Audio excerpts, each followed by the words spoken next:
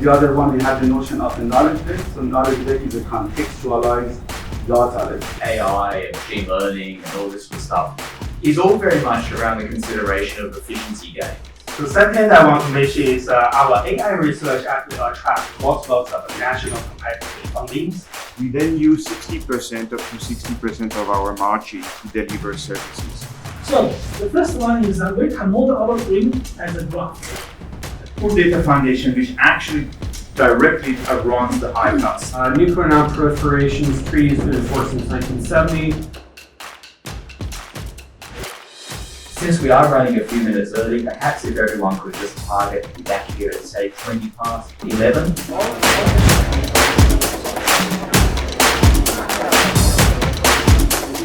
Key things at Microsoft. We were carbon neutral in 2012. I'm sure you've all heard of deepfakes. A lot of you in the audience have been researching deepfakes. As I mentioned, one of the things that we're working on is auto-exam marking.